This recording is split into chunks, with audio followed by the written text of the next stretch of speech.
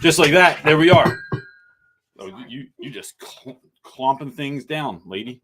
Look, we're out of whack. We're trying something new here, gang. Welcome everybody. I'm so glad that people are here.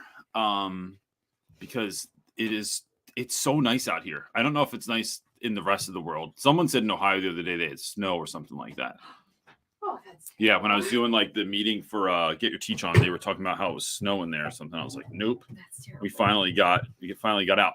So because it's nice, like this morning where still doing church online. Then we went to anyone let me know if this is echoey too? The other week we had problems with echo. So just let me know. You know I can't multitask. You know I know, but I'm not there. All right. So we seriously, bro. You know I'm in the middle of this. He has to go to the bathroom, I guess.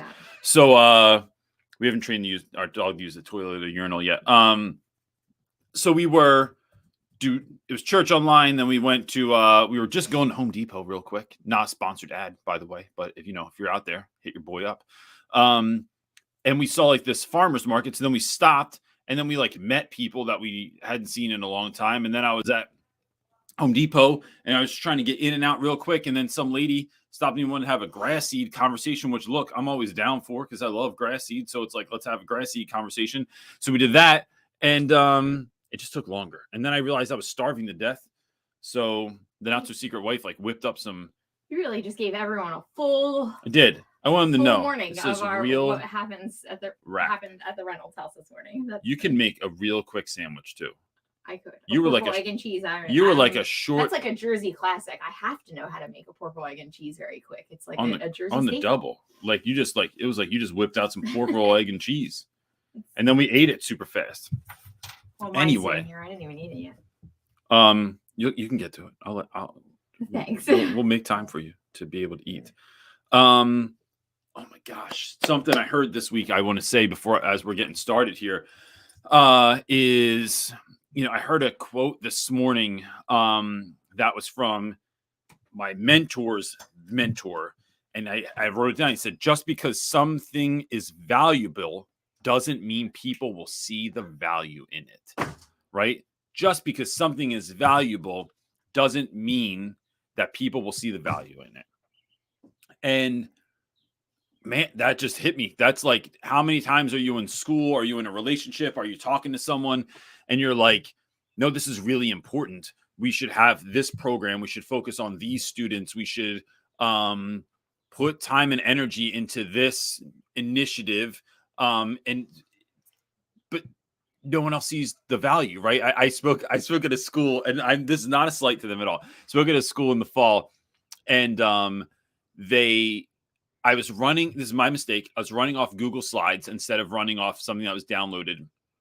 I had a video in there that was linked to YouTube, and it wouldn't play because the school would not allow the teachers to access YouTube, which I just thought was like.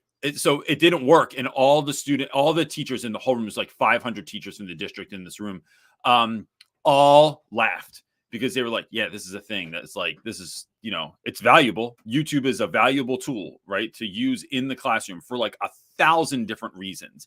But just because we see value in something, just because we know it has value, we can't make other people see it all the time. So with that, look, I think, let's make this transition. It's a Sunday afternoon, Sunday morning, Sunday evening, wherever you are in the world. And we are trying as a group to bring value to one another. So I thank you so much for being here. My name is CJ Reynolds. And if you've not been here before, look, and you're wondering like, what the hell are we doing? Look, we're just a crazy group of people that meet every Sunday. And we talk about teaching. And what we're trying to do is help one another be the teachers that we're called to be. This is not the only thing we have going on, but it is for sure for the last almost 6 years we've been doing live feeds, which is crazy. So, people have been showing up here for years, but if you're new, awesome. Welcome. Everything else that you could possibly need to know about us is at, that's the wrong one, is at realrapwithreynolds.com. If you want to get private mentoring, we can do a phone call. Just go over there. You can sign up for it. You can get there's a little bit of resources over there, but we're working on getting a lot more. There are, links to everything from my book to everything else. What we're trying to do is like create the most amount of stuff that we can to help teachers not just survive the year but thrive the year. So with that, we're going to jump into it. Are you ready? Yeah. Let's do it, lady. First question comes from John Lopez. He's asking, what would you have taken off of teachers' plates this year if you were an administrator? It's a great question. Oh, that's a great question, dude. So if no one, I would say follow John Lopez on social media, but I don't think he does a whole lot. He's an analog dude. Follow, he could start a newsletter though, where he would like hand write you a letter every month and send it to you. Let's see. I think, I'll tell you what, John, I'm of strong opinion that if you've been teaching something for 3 years, that you shouldn't have to submit lesson plans anymore unless the admin deems that you as a specific individual really needs it. I think the time that teachers spend, I think planning lessons is utterly important. I think that coming up with interesting lessons, with tying them to the curriculum, with having a scope and sequence, with all the things, like that stuff's important. The formality of submitting something that I would say most schools do not look at. I have access to a lot of schools at this point. I get to talk to a lot of interesting people in administration, and most people just don't read lesson plans. And why should they? Because it's a waste of your time. It seems like it's a cover your ass kind of a thing rather than something that's important. So I think forcing teachers' hand at submitting lesson plans is something they could take off their plate. And then it's really, John, I think it's going to be different for schools, but here's one thing that I think would be interesting if admin did. Our new administration this year threw so much at us that we had to do. And the funny part was that we would get into these meetings and you'd be in there with like the curriculum, the guy who's like the curriculum developer, the curriculum coordinator. And he would ask for something and by a certain date. And it's like, well, how are we expected to do that when we have this other thing due that day that the assistant principal gave us to do? And he was like, oh, well, I didn't know you had to do that. And it's like, yeah, we've been doing this all year and we have to do this thing. Oh, all right, well, I'm going to have to get back to you. So when one hand doesn't know what the other one's doing at any given moment, I think a lot comes down the pike for teachers to do. What I think would be really fascinating is I would love to see someone from administration that's giving a lot of stuff to do. And this isn't like, I'm not trying to dig. I'm not trying to catch anyone in anything. I enter into most things with curiosity. I would be curious to see, how do you all think this should happen? How do we work this? How do we get it all done within school hours? So really think about if teachers didn't have to work on stuff on the weekends or after school or early in the morning. If you just could stick to your contracted hours and get it all done, what would that actually look like? Now, look, I do stuff outside of contracted hours all the time, but I do it because it's fun. I do it because it lights me up. I don't do I'm not getting back to emails on the weekend. I do stuff that's like stuff that I think is entertaining to me. But it is, it's that would be really fascinating to me if someone could map that out for me. What you got, buddy? Oh, our next question comes from Steph Shook. She's asking, how can you have confidence that your students will pass the EOY end of year test when every indication says that they won't? Practices and pre-tests, etc. So, Steph, I think sometimes it really comes down to like asking yourself how important that stuff is. Is the end of year test important? And if so, why? Like, is it so? And then I'm not saying that's not right. This isn't like a pathway to going against the grain here. It's just getting real clear on like, is this assessment worth it? Is the pressure I put on my students worth it? Like they're actually getting something out of this. Actually has some value to it. Or is it not? Like, is it just like obligatory? And so, or does this reflect on you? Like maybe sometimes people's jobs and their raises are connected to student scores that they have in their classroom. So I think it's getting clear on that, and then getting as clear as you can. Look, I think we can I think we motivate kids the wrong way. I think it's motivating kids with really connecting what they're doing with those assessments to what they want to do in life. Like, how does this connect to what you want to do in life? So you have this vision for what you want your life to look like. And then how do we reverse engineer that? So it's like you see that this plays a part in it. And look, even if it doesn't necessarily play a part, I've sometimes used testing as an example of like, look, sometimes some things you have to do in life suck. Sometimes they're not fun. Sometimes it's not as exciting as you want it to be, but you have to learn how to do hard stuff. So we're going to learn how to do this hard thing. And I'm going to give you, even if you break it down and you tell kids like, here's 5 ways, just 5 ways that are going to exponentially help you do better on this test. And then you look at those things, right? Like how to look at multiple choice answers, how to look at a close reading passage, how to look at like when you get tired and you're worn out and you're 20 questions in and you don't want to do it anymore. How do I get just a little bit more out of myself? So I tell my kids like, dude, just do one question, just one. And then the question after that is, can I do one more? Right. And I think that is, I forget who said it. I heard it through Tim Ferriss, but when Tim Ferriss talks about flossing your teeth and how it's not fun. No one, I mean, I don't, maybe someone out there is just like, no, what, bro? Like, I love flossing my teeth, but it is not something that I think most people probably do. I do. Just want to put it out there. Flossy suckers every day. But it is not an easy thing to do. So how do you start flossing your teeth? You just floss 2 teeth. That's it. Just between 2 teeth. That's it. And then you're done.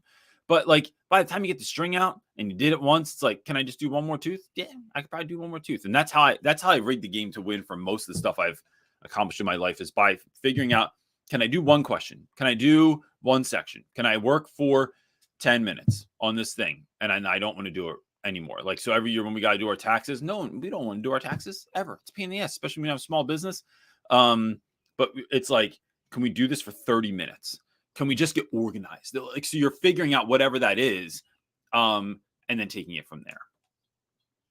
All right. Our next question comes from Jake. What are some fun, creative ways you all have seen schools drive family/community engagement? Oh, Jake, that's a great question. I think a lot of schools have gone away from family connection when it's not like tied to a newsletter that goes out, or I don't know, what other like kind initiative or campaign. Yeah, right. Like, but you're not just like involving parents and what they're doing. I'll say I'd love to know what other people are saying about this too. So if anyone else can speak back to Jake, I'd love to hear what y'all are thinking about.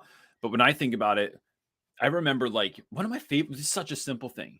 One of my favorite things I ever did with our kids at their school was, one, of course, going on class trips, but we all know that teachers pick very certain teachers because you don't want to take any people that like you can't trust or that you think you're going to be out of pocket on a class trip. But I love taking class trips, but I think going in and reading to our kids was one of my favorite things ever.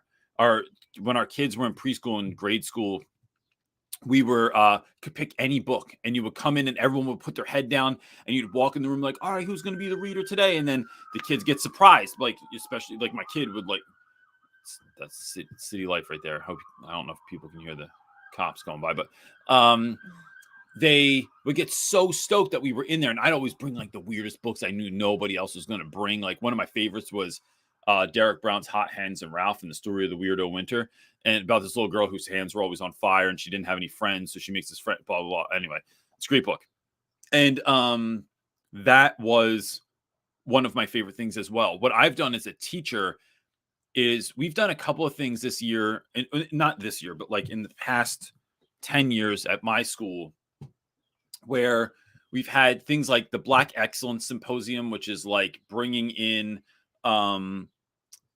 people of color that have achieved some level of success in something, right? So maybe they're a contractor, they're an entrepreneur, they own a small store in the community, they're a recording artist, they're a dancer, like a writer, whatever it is that they do. So you're bringing in folks to talk about that stuff, I think. And we've had parents be a part of that also. We've had career day where we have people with like really interesting careers come in and talk to the students about like how they got there and what their story was. I've had tons of people in for my hip hop class, because for those of you that don't know, I teach history of hip hop is an elective that I teach. And so it's really big to me. It's a really of a lot of importance anyway, for me to have other folks come in, because I grew up in Haddon Heights, New Jersey, a 45-year-old like white dude, like, and so I know a lot about hip hop, but I don't live hip hop. I appreciate hip hop. So what I wanted to do is have folks that come in that have lived hip hop, and so that might be folks from the neighborhood, entrepreneurs from the neighborhood, artists from the neighborhood. But I've had a number of parents come in too that like grew up during a certain time, grew up during a certain social movement, grew up listening to a certain kind of music, grew up in the music industry, and maybe you're still there, maybe I've moved on, but like that to me is a really great way that we're not just inviting parents into something, we're putting them in charge. They are kind of the focus of what we're doing. They're not just attending a play or something like that, which is important too, but you're figuring out ways that like whose dad, whose mom, whose grandmom, whose aunt, cousin, whatever did what. So how can we get those folks involved? And then what happens is you have this multifaceted community that surrounds the child, right? Where it's like mom and dad know the teacher, grandmom knows the teacher, they know the principal, we know the kid. It's this whole kind of magical community that is created instead of just being teacher to student, student to parent. And so, and then sometimes admin sends out an email or a newsletter to everyone.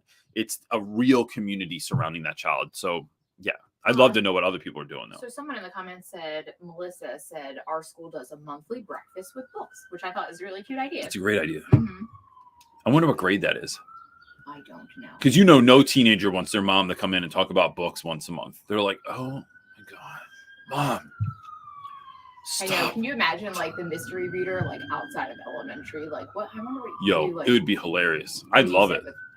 You know what we do? This is so great. And I don't know if anyone else can do this. If we find out that a parent is there for a kid, like to drop something off or someone sees them in the hall, we always call the office and tell them, please send that parent down to 106 for a moment.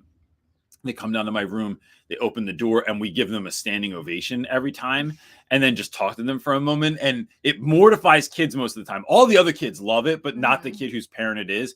But the parents always love it. They're like, oh, this is your classroom, and that's where you sit, and this is what's going on. Then they want to hang out, and the dudes are just like, Mom, please leave. But I'm like, oh, no, we do celebration. If I knew that, like, if I thought I could get away with that, I'd even shoot them with silly string, but that stuff can be. All right, our next question comes from Maisha. She's asking, my students have been in a habit of collaborating with someone near them, some intentional and unintentional. How can I break it to them that we will be testing individually? I think, Maisha, I think you know what you're going to, like, even just knowing you a little bit, you just tell kids, look, this is how we're doing this, right? Like, that what we're doing right now is about you and not about the we. And so it's just having that conversation with students, but I think it's explaining why that is the way that it has to be. So just like when we talk about like, why shouldn't students talk during a test? And how do we get kids to be quiet? Not just because I said so, not just because I put my foot down and that's how it's going to be. Listen, you're going to listen to me. This is how it's going to be.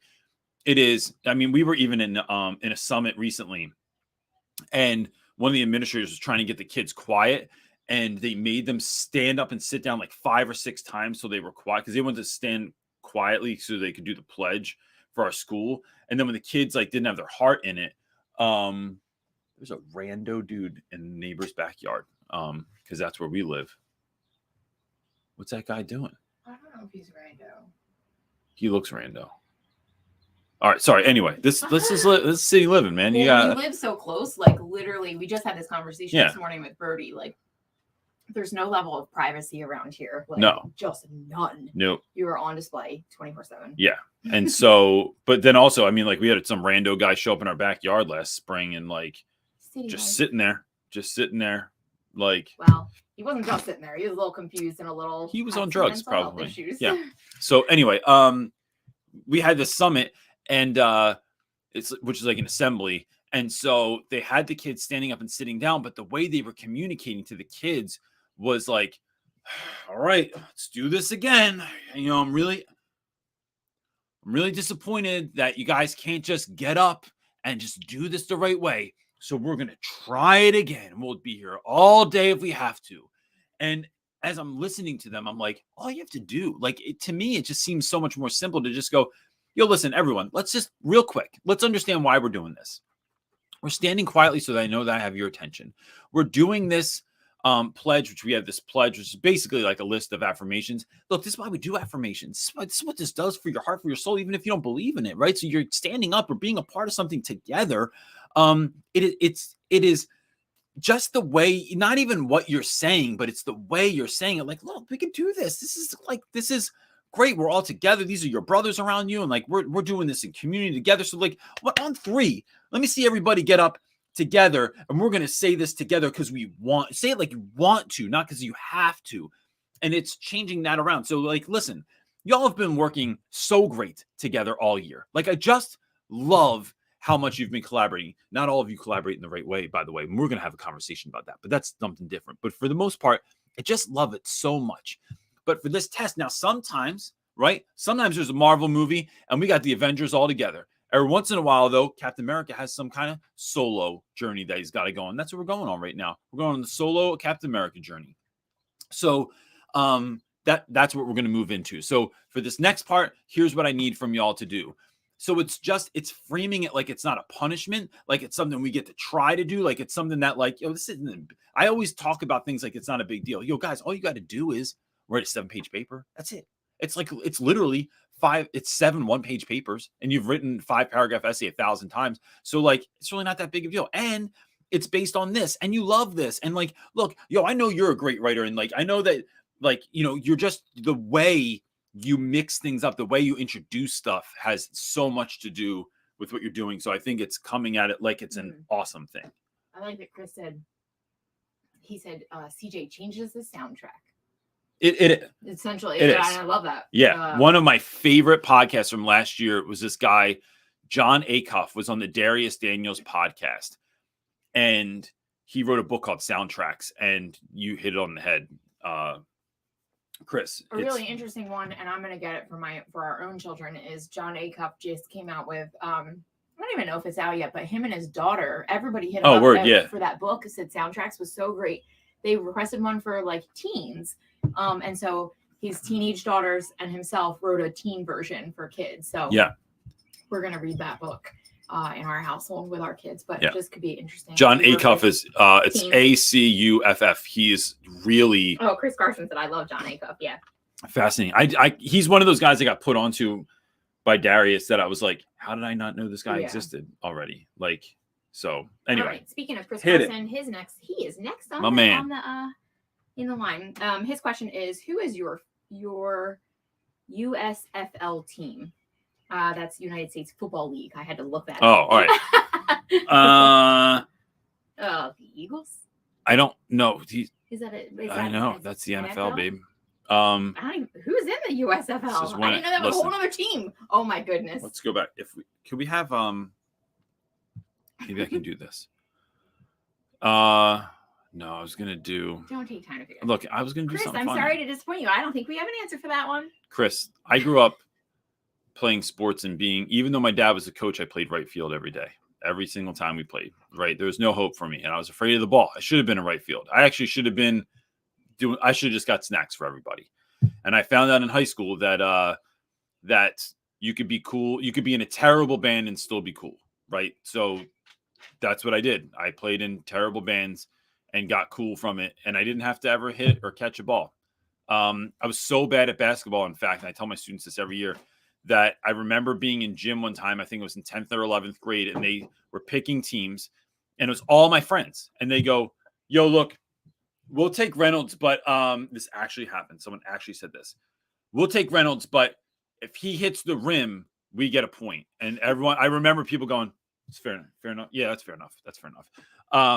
So that's why I don't pay attention to sports, except for the Eagles. Said, we got the New Jersey Generals or the Philadelphia Stars. We're just going to go with Philadelphia. Yeah, Stars. They're my favorite team in the world. I actually, Philly to not be Philly. I was thinking about getting a tattoo on my chest. It's just all right. Ridiculousness. Okay, our next question comes from Sophia. Taking my last teacher certification test on Tuesday. Any tips for going in confidently? I'm not the best test taker and I'm feeling pressured to pass the first time. My job wants me certified ASAP. So, I'm going to say this, Sophia. Let's go woo-woo for a second. I am really into sort of that soundtrack mentality, and like I don't speak things into my life that I don't want it to exist. Look, I'm not good at 100 things. Some things I gotta admit to, right? Like that's why I'm not in a men's basketball league, because they would just be like, "What's wrong with this man? He is he keeps hitting the rim and going point," and it's like, "No, sir, you have to get it in the hoop." But I know what my strengths are, I know what my weaknesses are, but I just don't speak things into existence. Like I just walk into stuff like I got it under control, right? Like I just got it handled. I don't know if I have it handled. I don't know if I have it under control. Like when you go and speak to schools, sometimes I speak to schools and they're stoked that you're there, or you're there at the right time of year, like beginning of the year. Everyone's like a little bit excited and you keynote and it's like, oh yeah, it's great. And then other times you go in and it's like when I spoke at that, I went to that principals thing down Atlantic City, and like literally every administrator after the last 2 years, they're just like this. Are you you're beginning? Go ahead. They were not having. I had a couple people afterwards come up, but you could just tell like the vibe of the room was strained. I don't care. I go in there like I'm, throwing 7 different kinds of fire around the room, man. I think like that's true, and that's the way to go in. But I also really think that like don't take that pressure from your school. It's like, great, they want you certified, and that's great, and you're on your way, and you're going to do it, and in the time and the pace that it takes you to get it done, and you'll get there. And if they're impatient, maybe that's not a good place for you. I don't know. Like that's my feeling on it. I think don't take that pressure for them. That they're trying to give you that gift of pressure. Say no, thank you. I'm going to go in there, be confident, and take the test. Yeah. And if you have to take it again, oh well, who cares? DJ had to take it again. You took a couple tests multiple times. I didn't. I took one test multiple times. I failed to practice the first time. That's what I mean. That's because we were going to Puerto Rico. That's an excuse I give anyway. Test taking is just, it's test taking is not my like, jam. But I go in there like, if this is for me, if this is what I'm supposed to be doing, I'm gonna pass this test. No problem. I just watch this. I think that, and then don't take the pressure that the other people or whoever is giving you. Anymore, mid-40s, I have learned so much in my life, and I'm gonna curse. I just don't take the shit that people try and shovel at me anymore. I just go, no, thank you.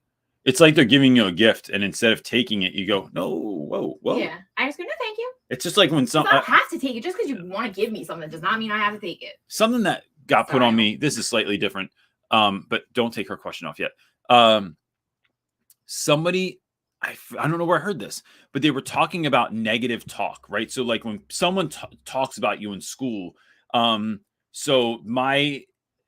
someone on my administration, I won't even put them on blast and say what position they have, constantly talks about me in meetings and says negative things. Like they can't stand me. And I'm like, but I love when people love me, and I don't like when people don't like me. So it bothers me.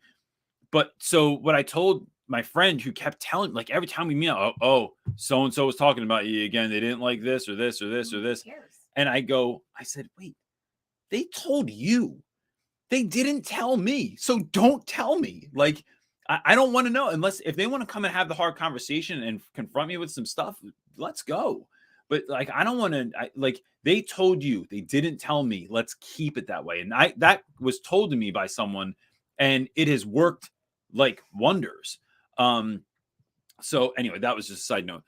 Other than that, Sophia, best of luck to you. And look, if you need help, or if there's a specific thing that you're struggling with, you don't know what to do, go in the Facebook group, Real Rap With Reynolds Teacher Talk. If anyone's not in there, it is an unbelievable place to go and to meet people and to hang out and learn from folks. So please head over there and do that. Yeah, it's a great group. This doesn't have a cue, but I'm going to go because it's a great one. It says, Gina's asking, do you think students have too many classes? It would be like us going to 8 professional development sessions 5 days a week. Gina, I think school is long for no reason. I think it's long for babysitting. It's long for babysitting. It's not like childcare, I should say, not babysitting. Doing anything that long where you're not working, you're consuming that much. I mean, there is some, like, you're doing work, you're doing activities, things of that nature, but like, My guys come to school at 7:45 in the morning. Class starts at 8:05. They're not done till 3:30 with a mandatory after school activity. So they if you don't sign up for a group, they will just put you in anything that they want to put you in until 4:00, 4:30, something like that. We used to be there till 5. And so I just think that that's too long. Like, you're young and it takes all the fun out of it. So yeah, I do think that it's too much stuff. Now, look, what do we cut out? I don't know how we divvy that up. I think that takes some dreaming and some really looking at some of the stuff that we're doing. But yeah, I do, and that's a whole, I could go I down read that a rabbit whole hole. article that this morning on, I think it was We Are Teachers. They pump out lots of articles, those guys. I was reading an article and they were talking about how like kindergarten, like same thing. It's just like too much rigor, too much academics. It's like we're missing the developmental play and the off time. And I think people forget how important that is. And I think that that's so important for that kindergarten and really young age. But I also think it's really so important for teenagers. When I was in high school, as soon as you were done eating, you could go outside. My students are never allowed outside. We go outside. And I took my students outside the other day to make a fire in the parking lot. And I'm going to say that without explaining it because it's even funnier. But we were in the parking lot and every other kid is at the window. Like, what do they do? They got out. They're out there. And I really think schools are very similar to prisons. Oh, no, that's system. Look, that's look, a whole I'm nother, gonna say it. I'm not afraid. I wish people could see the level of sass on your face sometimes when you say things. Yeah. I have to figure out, like, you just drip sass. When I'm done, like, or not done, but when my kids don't need me to homeschool and raise them as much, I like wonder, like, where will my passion? Were you taking that fire? Yeah, exactly. Right now, it's for my own. It's gonna be Real Rap with the Reynoldses. No. Real Rap with Reynoldses is. No. Both of us. Are you ready for another question? I'm gonna make a black and white face to you too. So did you answer that? Is that a yes? Yes. It's too long. For sure. All right, Miss Lynn or Miss L is next asking, you often say that teaching is a communal activity, but what do you do when you realize that your ideas and passion is a threat to other teachers who like to gossip, often need to go it alone? That is a great question. Teaching's weird like that, right? Like you do something awesome and instead of people celebrating it and getting all stoked about it, it becomes like a competition or like what it is. I think a lot of folks, and I think this is true in life, right? The success that you have, you being yourself, your authentic self out loud, it threatens other people and holds a mirror up. What did Denzel Washington say? You're something to the effect of like your spirit, like your angels aggravate the demons in others, something like that, right? So whether or not you're an angels and demons person is not the point. But it's like when you are going at it, when you go full tilt and you're trying to just make school the best, make your life the best, be the best parent, it aggravates, it holds a mirror up to other people and makes them feel some type of way. And so how do we feel better when we're like that? We just tear other people down in mass. Let's all get together and talk crap on that person because then we all feel better for sucking. So, and not even for sucking, because I think that a lot of those folks are lying to themselves, that they're not even probably doing that bad of a job most of the time. So I think community teaching is a communal activity because otherwise I think you need people to share your wins with and share your losses with. I will say this year, I have felt there is somewhat of a community at my school. Like I spend my first prep of the day with these two women that I teach with in the art room, and they're really great. And I love hanging out with them every day. I really, really love my co-teacher, and I don't talk about that enough, but she's been with me for 3 years. Miss C is amazing. And I don't use that word very often, but Miss C is truly amazing. And I have other friends at school, but like not like I've had in the past. But I'll tell you what, like today I'm going to call my buddy Cho, and who I used to work with, and she's up in Boston, going to school up there, getting her doctorate. But like that's still who I tap into. That I tap into having like a therapist, tap into having a spiritual director, tap into having like there like certain friends that I go to. So that's something also. They don't even know they're always part of my team either, right? They are though. And but then in school, it's, if you can't find people, you have to, I think the beauty in that is that you have virtual, you can find people virtually to connect with as well. And you know, and your crowd doesn't have to be huge. Now, how do we change that dynamic in a school? I think we can. It's about knowing who you are, knowing what you're about, and knowing what you want. And then when other people do cool stuff, like, so I've had folks that diss me hard, that don't like the noise, the distraction, the chaos, the stuff that we're doing in class. They don't like it. Every year there's somebody. There is. Or a few. But then they'll do something cool in their class, and it's like, all right, now I have an opportunity here. I can either be like, well, you didn't like what I did, so I'm not going to go to what you did. I'm not going to support you. Or you show up and you give them the sonic boom of love, and you just wear them down with love. Yo, what are you doing? Yo, I saw that mural you made in the hallway. Fire. I loved it. Oh, your door decoration, amazing. Yo, I was at the copy machine. I saw like one of your copies come out. I just love the way that you like are doing that, and it like speaks to this. And I love how you're doing this for kids all the time. It is, because then what happens is, I think when we love people out loud, it makes it so uncomfortable for them to diss us now. Like, now you're going to go to a meeting, and if you do, that's on you. Like, I am independent of the good opinion of other people. You go do what you want to do, and I don't even want to know about you talking about me. But like, even if it gets back to me, it's like, I'm sorry you feel that way. I'm just going to keep showing up for kids every day. But when we celebrate others, it's real. I think I won't say it makes it impossible for them to still hate us, but it makes it real uncomfortable, I think, for folks to be like, oh. And I just know that from experience. Like, if I've ever like talked crap on someone, and then they like will say something nice to me or compliment me on something, it's like, oh, maybe you're not the way that I thought you were. Maybe like, I don't know. I think that shifts things, but it's that idea of like turning the other cheek, but then like, but not just taking it. It's actively going against it with love. I think that gets you somewhere. All right. Our next question comes from Scott. What are some effective storage methods you would recommend? I have ugly cardboard boxes holding lots of materials, and I would like to sprinkle some magic on my storage situation. So, Scott, this is a great question. So I think there's a couple of ways that I would go about this. You could do something like manufactured. A lot of stuff is expensive. I find that IKEA has really inexpensive and really fun stuff if you really look. So like, you can barely see it, but like this thing over here is this, it is pegboard. It's IKEA's take on pegboard. And so they have all these little containers, and you can put all your crap in them, and these just slide off so you can use them. I have ones that's how I keep like all my googly eyeballs separated by size, because you don't want to go when you need a real quick googly eyeball, people. You can't be looking through the whole thing like it's a junk drawer. You need to have the big ones, the medium ones, and the little tiny ones. They also have like these little things that just I can put my hands in. I have markers in it, and it's quick, easy access for things.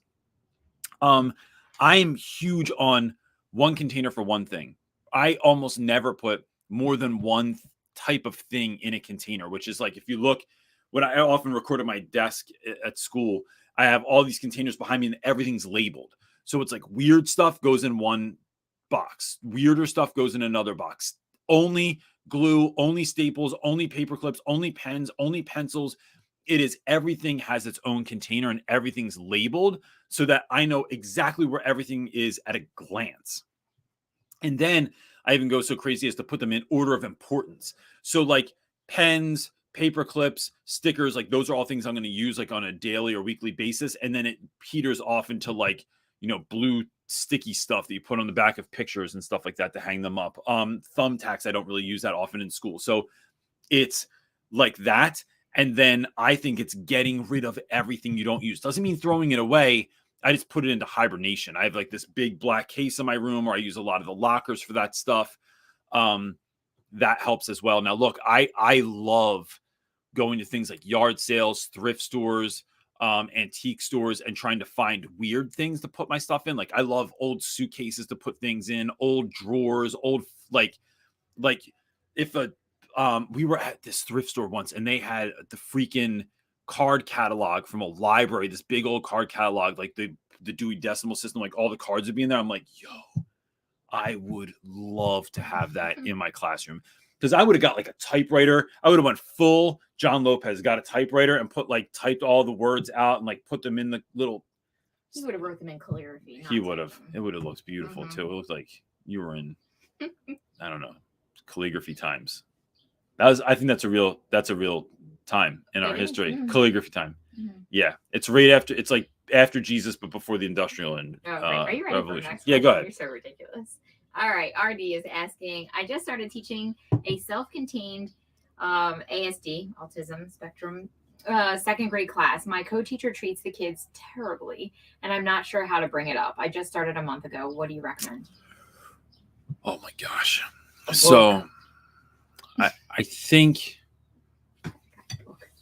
Yeah, the hard part when you're doing co-taught anything, especially when you have kids like that are on, I would imagine, on the spectrum, right? That's a whole class. One of the things, and it's second grade. So what we're talking about, I'll tell you what, I'll tell you this. So my son has high functioning autism, and my new therapist has worked a lot with students that are on the spectrum, with young people that are on the spectrum. And one of the things he and I constantly talk about is how much that can wear you down. Like the needs of young people that are on the spectrum, because they're so specific that, like, if you don't do the thing at the time in the way that you said you would do it, that puts a lot of stress in my case, on me as a parent, because I don't always have the time and the space and the energy to do the thing the exact same way, the way that you wanted at the time that we said, in the way that we always do. Like it is very taxing for me sometimes. The other thing that we're trying to figure out lately, and I've been talking to him a lot about, is what is the autism and what is being a teenager.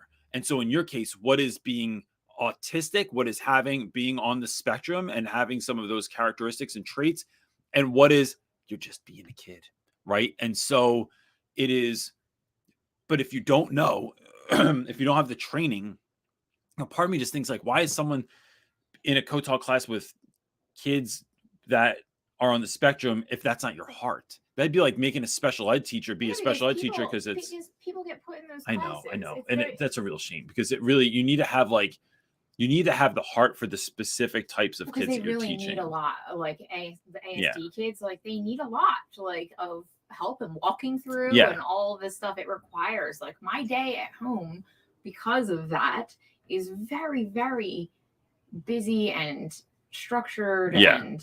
But I've been with co-teachers before that are just nasty to the kids also. And so it's like, what do you do with that? That's what I'm saying. I think some people are just. So some of the ways I've gotten around that is, look, kids are going to have to grow up with people that aren't nice all the time, right? They're going to have to get through that. Now, look, I'm not just saying, like, don't do anything. That's just one thing, right? What we started doing was splitting the class. So we would, like, when we come in, you're going to do whatever the do now is, the bell ringer. Then I'm going to do vocabulary. Then you're going to do this part of the lesson. Then I'm going to do this part of the lesson, so that there's the lead teachers changing. And so kids are getting an opportunity to see some of that stuff. And that helps. I think sometimes it's talking to administration. It's talking to, I don't think I've ever sneezed on this podcast ever in my life. I just thought. There you go. First time for everything. Welcome to spring. I think the other piece is, I have gone to administration. I have gone to the special ed director. I have talked to other people about, like, is this the best fit? Not like I'm telling on someone or ratting someone out or whatever, but it's like doing that. Sometimes it's having the hard conversation. It's saying, hey, look, I feel like, let me just tell you what I feel like I'm seeing. I feel like sometimes I see the kids ask this question, or they do this particular activity, or they do this thing. And it really seems to bother you. And I'm curious as to, like, would you like me to take that part over? Like, do you want to talk about that? Like, what is that about that is so bothersome to you? Or I think that can help too, because you're addressing the situation. I think sometimes there's no best way except for the direct way to handle a situation. It's having the hard conversation. It's going to someone that needs to be gone to. It is something around that is important. And so I think what might be interesting is to like, I wish I knew like kind of what are kids doing? What are the things that are pissing that teacher off? When are they getting so upset? Because I think that would change that might address that answer as well. But look, I think RD putting that in the Facebook group too. Look, everyone that's ever had a co-teacher, I would imagine, has had at least one that was even less than optimal, even if they weren't a train wreck. I've had some train wrecks. Everybody in here is saying that you have to have the conversation. Yeah.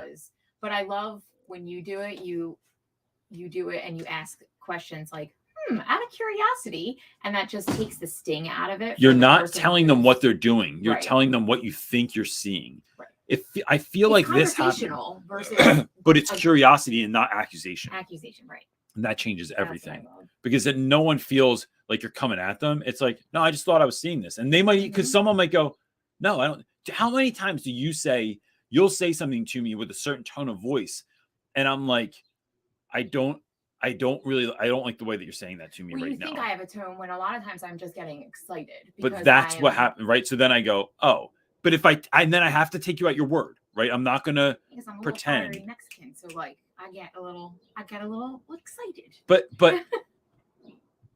even that being said, like it is, like I can't in my head, because I could go in my head and go, you're not though. You're lying to me right now. Yeah, and it's like the other person. It's like, all right, I'm going to move forward. Like you're telling the truth. Like you don't have a problem, and that we're good. And you were just getting a little hype because whatever the conversation was. So yeah.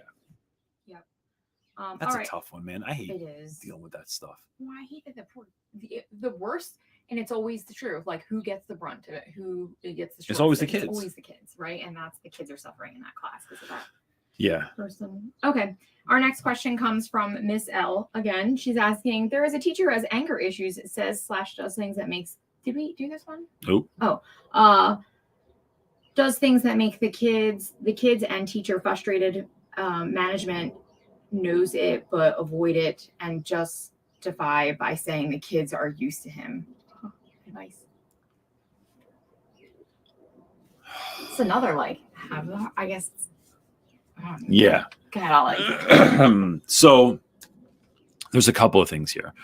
When this sort of thing comes up, I'll tell you what, I push administration on it. Like if I think that someone is just outright mean or rude or is letting kids get away with like damn near everything.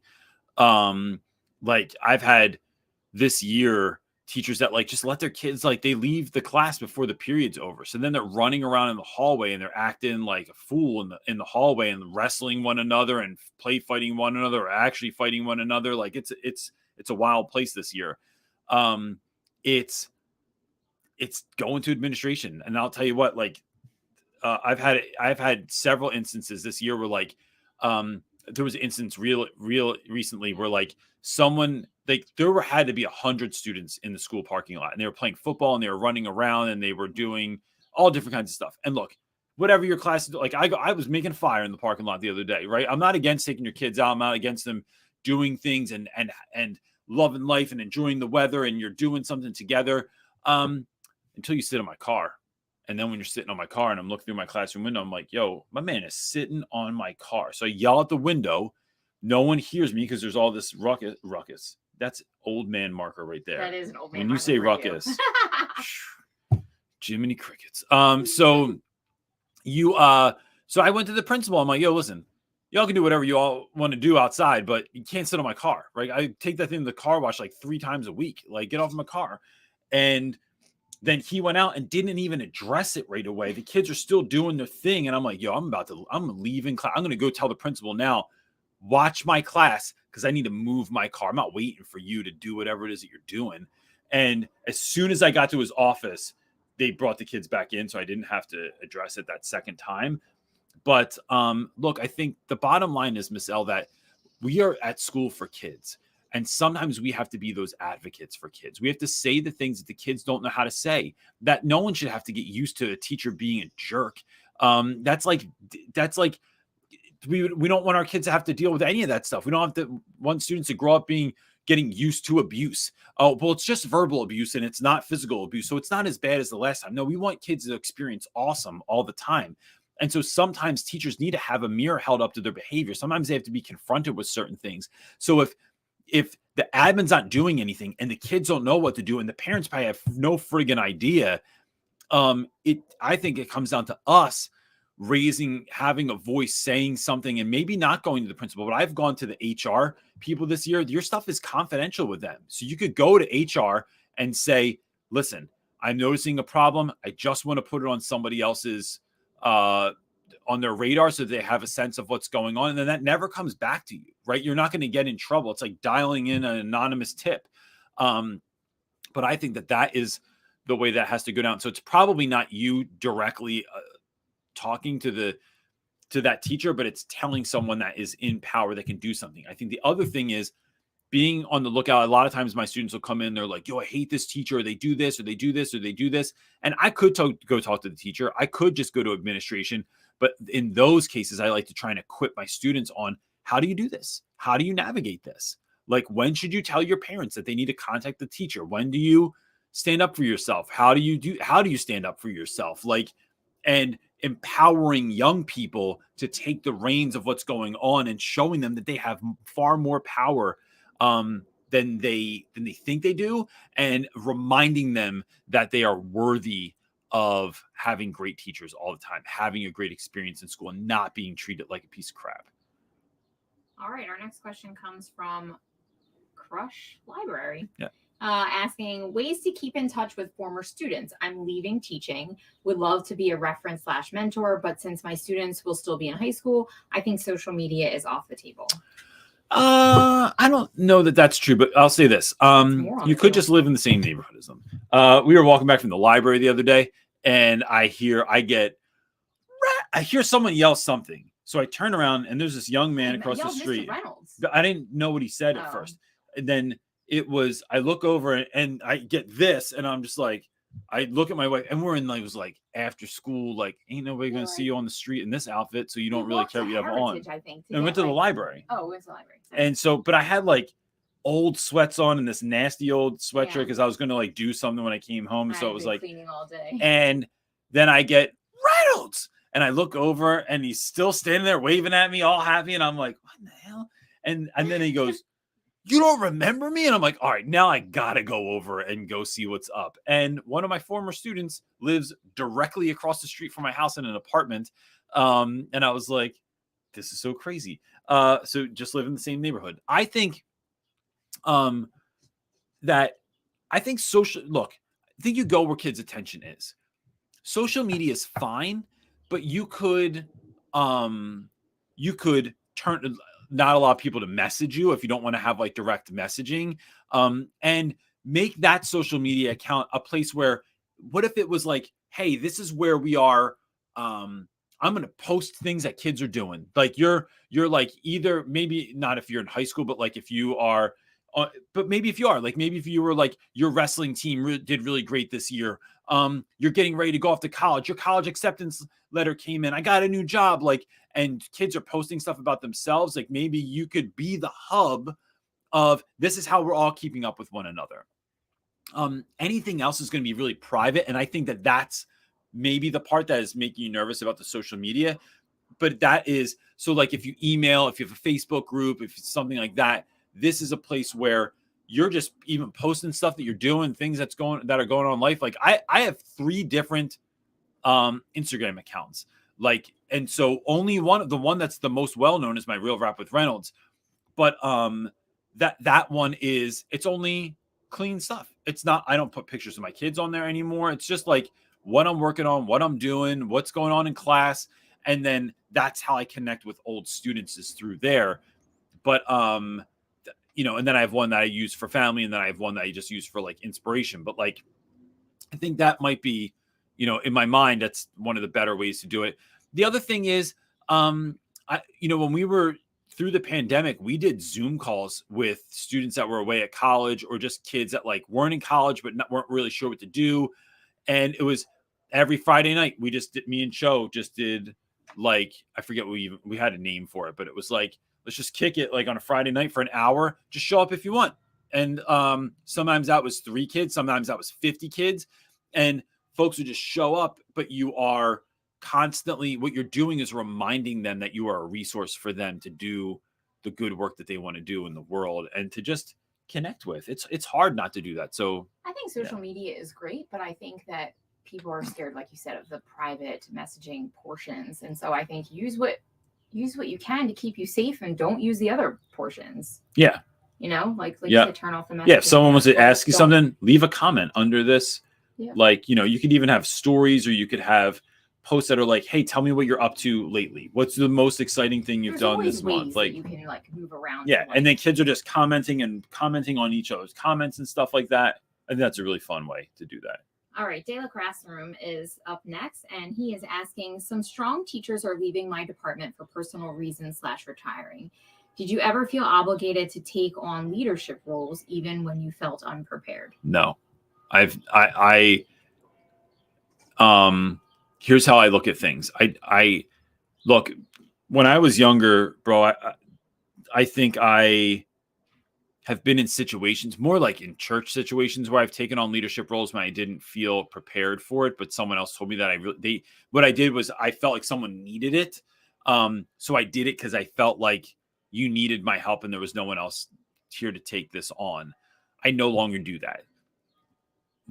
If I don't feel like prompted to do something, I don't do it. My answer, this is a Derek Sivers quote. I've said this before. Derek Sivers, in some more colorful language, but I'll use the cleaner version, says that if someone asks you to do something, here's the one question that you have to ask yourself. Do I feel hell yeah or no about this? If I don't feel like, not even like, all right, I guess, okay, I think so. It is when someone asks me, hey, do you want to do this? My answer has to be hell yes, or it's no. The end. I have too many things, because when we start taking on roles and responsibilities that we don't feel called to, what happens is you dilute all the other things that you're doing. So now I am grade level leader, or I'm department chair, or I'm in charge of the play after school, or whatever else that I'm doing. And that isn't something that feeds me. It's not something that brings me energy, that I'm excited about.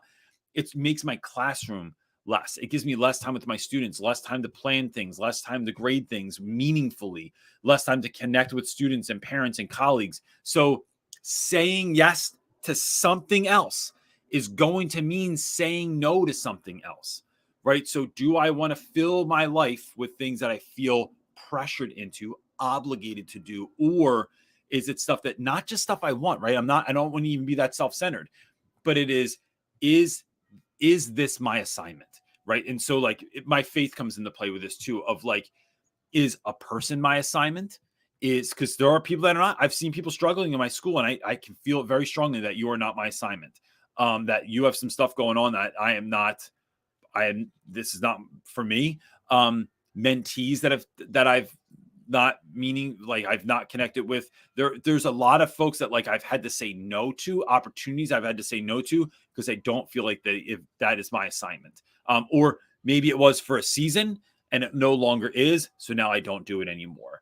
And that frees me up to really do the things I've been actually given to do. And so that's why I never feel anymore like I just say no to I say no to most things I'm asked to do for that reason. Already have a very full plate. Yeah, because then you have to I want to be there for kids. And if you say yes to a bunch of stuff after school and I'm not stoked about it, then I can't hang with kids after school. I'm no longer a safe place in my classroom.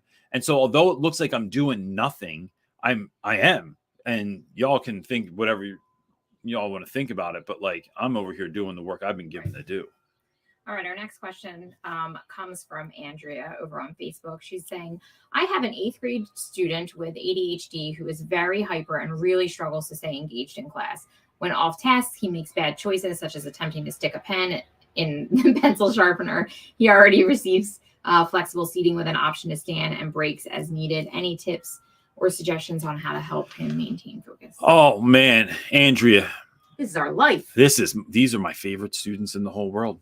I think I just have first of all, can we just acknowledge the fact that every week Andrea asks a really hard but really endearing question, right? Like I feel like it's always like, and it's with students that I have the most like my heart is there, partially because I'm raising one of them in Mhm. my own house right now. So, Andrew, I have a kid this year that I have a couple kids that are, I probably have a lot of kids, but I'm thinking of two individually that they can't sit still for anything. And when they sit down, they do this thing where they're so slumped in their desk and their leg and their arm over here. And it's just like, it's in a position where I like constantly look at them. I just think I would never get up again. Like I would be stuck there forever. And that's just, they're those kids. They're like, they can't, they are, like school as we know it is just not for them. Like they would be better served to be, um, in a, I don't know, in the woods learning or something like that, right? Like I'm not even talking about like a self-contained classroom. It's like let's let these guys loose to learn stuff, They to really do need- stuff, they to work best run with, it off, like, to self-directed. experience. Like there would be like that would be so fun. But we're not in that situation. So what do? The first thing that I do is I love them.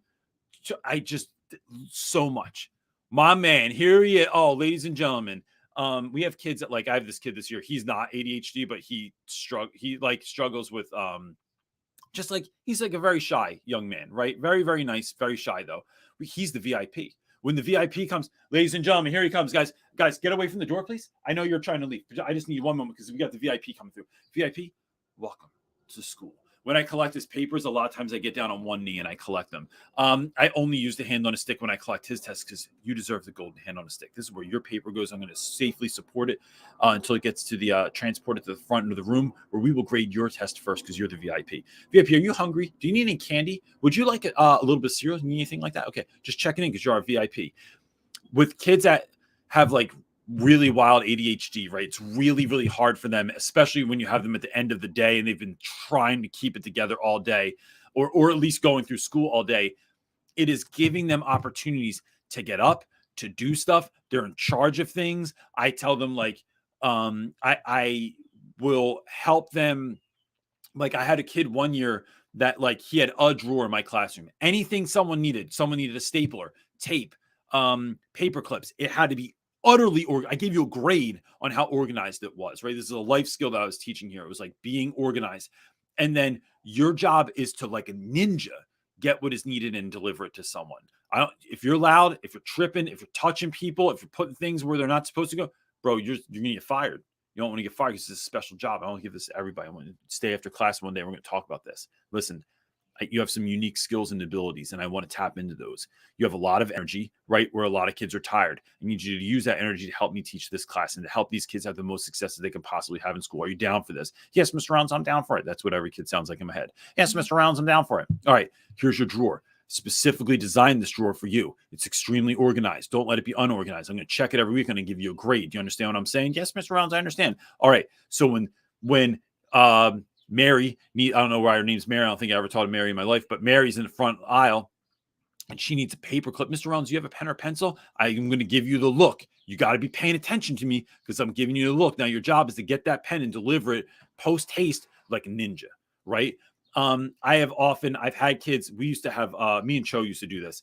We had a file folder that just had like a list in it and you had to like, it had a sign off thing. I would go, yo, I don't know. Max, come here, bro. What, Mr. Rounds, what, Max, bring it in, hone in, come up here and see me. I have a very important mission for you right now. Do you understand what I'm saying? Yes, Mr. Rounds. Okay. I need you to take this file folder up to Miss Cho. I need her to sign it. Do you understand? Yes. What room is she in? She's on like the third floor. Yes. So now I send Max to the third floor. Cho goes, oh, we need one more signature on this. We need Miss King, who's all the way down in the basement of the school, to sign this as well. This is important. We need to have it done fast. So then we send Max to you just make Max waste all the school time while you're teaching? No, 3 to 4. No, because Max is already done anyway, because he's on 20 out of 10. And so you, in these interludes, like it's everyone's done taking a test or a quiz, right? Max doesn't know what to do with himself now. So we send Max on an errand to get, and we're just helping him out. He's just expelling energy. Yeah. Or they get put in charge of grading stuff, or they get put in charge of like, that's kids that I give Play-Doh to. That's kids that I give Right. If you gave Brody, like if he was done a test and he was sitting in class, he would start talking for sure. Yeah. Or like, but if I gave definitely Brody an expo marker and said, I want you to or Play-Doh, like he would draw, here's an assignment. I want you to draw this on your desk. Right. So if we told Brody when he was little and all his imaginary, our son calls his imagination his imaginariness. He still does it. We won't correct him because I think it's adorable. And he used to draw those pictures of like TIE fighters and AT-ATs and stick figures all fighting it out. And you were like, here's an expo marker. Whatever you're thinking of right now, this story that's going on in your head, I want you to illustrate it on your desk. Babe, he would have friggin' loved that. Well, I was just gonna say another one that was really good for him with like ADHD, and this could work with like elementary kids, is like you give a blank piece of paper, a couple of stickers, like if you have all those cheap stickers from Amazon or Wish or wherever you're ordering them from, and then they can accentuate the story based on just the stickers. Like you can draw a portion to like, it's kind of fun. Yeah. But I think one of my biggest things, Andrea, and I said it already, but I'll say it's worth repeating, is, and look, you seem like the kind of person that's going to do this anyway, so I'm just going to like affirm what you're doing. It's really, really loving those kids and knowing that it's not their fault, that it's school. It's school that doesn't create the space for kids that are dealing with certain things or have certain traits, characteristics, abilities, disabilities that really like it's not created for them, right? It's created for the average child. But we're not going to be able to change that necessarily. So what are we going to do is we're going to love you so much that you don't feel like you're a weirdo. You don't feel like you're an outsider. You don't feel like you're less than. You don't feel like you're always getting in trouble. You're not beating yourself up. And so with those kids, it's like my classroom is a safe space, and I'm going to love your face off, and I'm going to make you feel accepted, and I'm going to give you important jobs that I'm not giving anyone else. And it's on the low. And like, we don't need everyone to know about this, but you're my guy, right? So when you come in my room, I really like, if you need a break, if you're feeling some type of way, let's do something about that, or whatever it is. Like, that's a challenge I love every year. Like, I just never I see them come in and I go, oh, Kayla and I literally got one. All right. This is one we got to keep an eye on over here, because we're going to make you have the greatest year ever. Because I think you're probably just used to getting in trouble all the time, and then you get after it. So good. I mean, we're not good. There's a ton of questions, and I hate ending, but Want to do one more? No, are we good? I think we'll all be right. good. Because then I'll just keep going and going and going and going. All right. So listen, gang, I appreciate you all so much. If you need anything else, please remember, go to realrapwithreynolds.com. I'd be happy to help you out with anything. You can just send us a message from there. You can get things that you need from there. And look, 'tis the season. If your school's looking for anyone that they're already planning for next year, many schools are already looking for speakers for next year. Please reach out to us. I would love to come to your school. And sometimes that just means asking your principal, like, hey, look, I have this person that I want to bring in. I think they'd be really great. Put me in contact with them. Or if your school is ordering books this summer, like a lot of schools do for like their PLCs and things of that nature, it is doing that as well. And look, while I'm thinking of it, I was just on one of my favorite podcasts to do, the Aspire podcast. What's that? Aspire to Lead. I thought the podcast, is it Aspire to Lead? Actually, I don't know. I thought it was. Book. Oh, yeah, that's right. But it is. It's with my boy Josh Stamper, and I endorsed his book and everything. He's just one of my favorite human beings in the world. So go check that out. Right on Apple Podcasts or anywhere that you consume podcasts. Just put in Aspire to Lead. We're what were we? Episode 188. I think this is our third time. We've done it once a year for the last 3 years. We'll both be at the Teach Better conference this year too, which is gonna be sick. So awesome, gang. Appreciate you so much. I hope you have the greatest week ever. Anything else, wife? No. All right. See you next week. Peace.